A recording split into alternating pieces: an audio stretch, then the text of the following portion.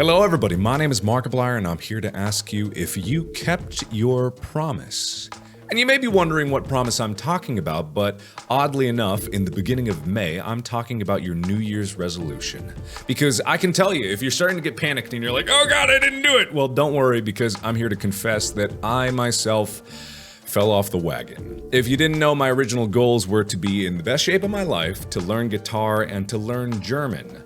The fitness goal, like maybe it was vanity that I wanted to do it. I noticed I was getting a little bit of a belly, and I wanted to just be in general shape, which is a cliche for New Year's resolutions. Guitar was just because I played trumpet in high school, and I know all this stuff about music, and I wanted to get back into music, and I've always wanted to play guitar. So I wanted to do that just to get caught up in that world again. And then language, German, is because my last name is Fischbach, and that's a very German last name, and I thought it would be appropriate to actually know the language instead of having people constantly ask me if I speak German and telling them no. And unfortunately, I have failed in all aspects of those things. And I know the year's not over yet, but in the middle of May, I thought I would be at least somewhere close to my goals. And I started to realize why I was failing. And I could make whatever excuse I wanted. I could make the excuse if I didn't have time, or I got distracted, or things got in the way. But generally speaking, I realized that I failed in my goals because I didn't think of the long-term aspects of what I was trying to do. Because for fitness, I wanted to be in the best shape of my life just because I had vain reasons in mind, and that's good in by itself, but in terms of being in shape, that's not really a end goal type thing, because if you work to be in shape, and then you get to be in shape, and then you stop, like there was no point in you doing it in the first place, you're just gonna get back out of shape again. That's a lifelong thing. You need the proper motivation behind it. And I started to realize after I had a little bit of a health scare again, nothing is wrong, I'm totally fine. But I live in this state where I have to get routine checkups to make sure that my tumor that I had before I started YouTube, I have to get checked to make sure it doesn't come back again. And when I was getting my checkup, there was something they found, and I had to get it checked more thoroughly just to spare you the grisly details. But it turned out to be fine. It was nothing.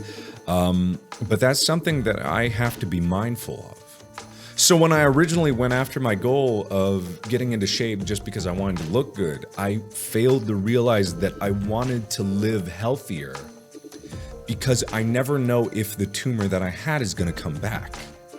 And I can increase my odds by exercising and eating better, and hopefully it'll never come back, but you never know with these things. And with fitness, like, it's a lifelong goal.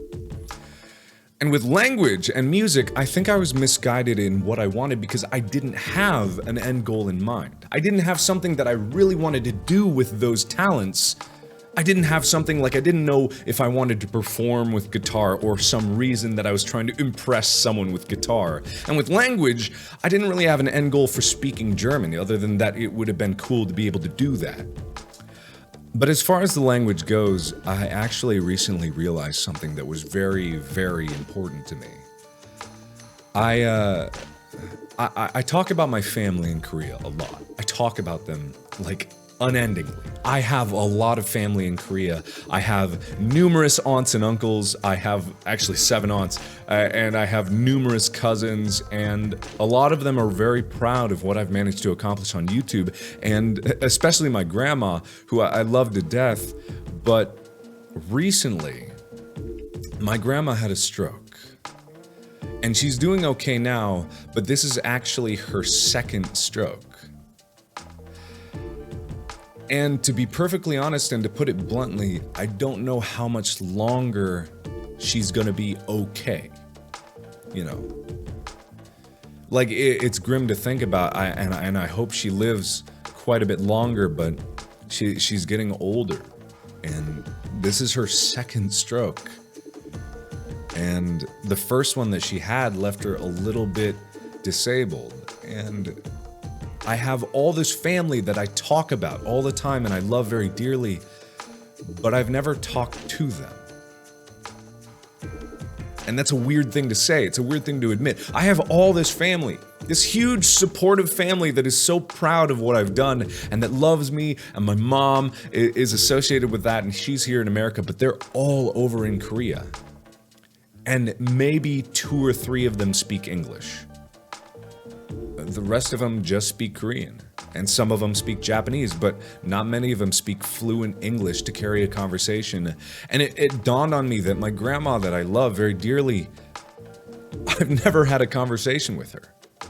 Like, I've never really had the chance to talk to her and discover like her life and where she's come from and the struggles that she had when she came down from North Korea right before the war and the border went down. My grandpa, who has passed on, and my grandma, they abandoned everything they had. They had lands, they had money, but it was all gonna get taken away from them, so they just left their entire family and ran down south. And right now they live outside of Seoul. And a lot of you guys are scared because the situation in Korea seems to be dire, but my family is down there in South Korea right now, and I don't know how to talk to them, you know? So, with that in mind, that is now my reason why I want to learn Korean. And combined, I started to realize that if I take away the things that I want for just pure vanity and have an end in mind for, and I take on the things that I want to do as lifelong challenges and lifelong beneficial skills that I will have because, number one, I will live healthier and hopefully live longer enough to be able to do the things that I want to do. And number two, learn Korean to be able to speak with my family who supports me and loves me, and hopefully I'll be able to visit Korea again. Because some of you may not know, I'm half Korean. I don't know if anyone actually, like, there are always some people that are shocked to discover that I'm half Korean, but yes, I'm half Korean and I'm half German. And I want to be able to talk to my family. And I want to be able to talk to my grandma, you know. And I want to be able to help my mom, who is bilingual. She speaks perfectly fluent English and perfectly fluent Korean. And I want to help her because she's starting to forget a little bit of the Korean because she doesn't have anyone to talk to in Korean. And I want my brother to be able to do the same thing. So these are the reasons why I've kind of refocused what I've wanted. And if I had to wrap this up in a message for you guys, I wanted to tell you guys that it's okay to fall off the wagon so long as you pick yourself back up and reevaluate why you fell off. And then refocus and hop back on. Because it's like, it's hard to just constantly get back up and not change anything of your approach to it. But in this year and what I've wanted to do, I've realized it's so easy to stop when you think there's an end in mind. And that applies to anything outside of this, like what I do here on YouTube. If I thought there was an end, like, I wouldn't keep pushing forward and keep hitting it every day because I wouldn't want there to be an end, and I would think about that all the time, and I would think of, oh, when am I gonna stop this thing? When am I gonna stop? It's like this and what I do on the internet and what I do in terms of creation, and it may not always be YouTube videos, but what I do in terms of creation and giving and doing the charity streams, I do it because it's a lifelong venture for me. And I may have an audience, or I may have not have an audience, or like I may be speaking to an audience of 10 people, I may be speaking to an audience of 1 million people. Like, it doesn't matter, because for me, that creation is a lifelong journey of self-discovery and learning and going forward and trying new things, always trying new things and exploring new territory, and that is so fun. And I'm just, you know, I'm always grateful that you guys are here along for the ride for as long as you want to be here. But my advice to you is look for the things that really mean something to you and use those as fuel to carry you onto your goals. And that right there, that is going to change everything, because I can guarantee you, now that I've focused in on what I really want and what matters to me. And I can still do guitar as a hobby, but I don't until I find some reason to really pursue it. Like, until I find the reason, I'm gonna shelve that. And I'm gonna focus on fitness for my own sake, and then language for my family's sake. And that really does mean something to me.